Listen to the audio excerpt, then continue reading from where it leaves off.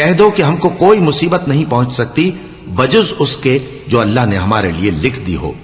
وہی ہمارا کارساز ہے، اور مومنوں کو تو اللہ ہی پر بھروسہ رکھنا چاہیے۔ کہہ دو کہ تم ہمارے حق میں 2 بھلائیوں میں سے ایک کے منتظر ہو، اور ہم تمہارے حق میں اس بات کے منتظر ہیں کہ اللہ یا تو اپنے پاس سے تم پر کوئی عذاب نازل کرے یا ہمارے ہاتھوں سے تمہیں عذاب دلوائے،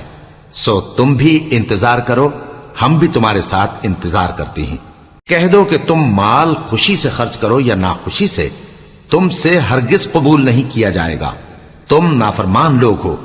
اور ان کے خرچ کیے ہوئے مالوں کے قبول ہونے سے کوئی چیز مانے نہیں ہوتی سوائے اس کے کہ انہوں نے اللہ سے اور اس کے رسول سے کفر کیا،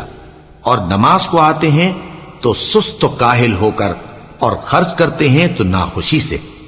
بس تم ان کے مال اور اولاد سے تعجب نہ کرنا۔ اللہ چاہتا ہے کہ ان چیزوں سے دنیا کی زندگی میں ان کو عذاب دے، اور جب ان کی جان نکلے تو اس وقت بھی یہ کافر ہی ہوں، اور اللہ کی قسمیں کھاتے ہیں کہ وہ تمہیں میں سے ہیں، حالانکہ وہ تم میں سے نہیں ہیں۔ اصل یہ ہے کہ وہ ڈرپوک لوگ ہیں۔ اگر ان کو کوئی بچاؤ کی جگہ جیسے قلعہ یا غار یا زمین کے اندر گھسنے کی جگہ مل جائے تو اسی طرف رسیاں توڑاتے ہوئے بھاگ جائیں، اور ان میں بعض ایسے بھی ہیں کہ تقسیم صدقات میں تم پر تانا زنی کرتے ہیں۔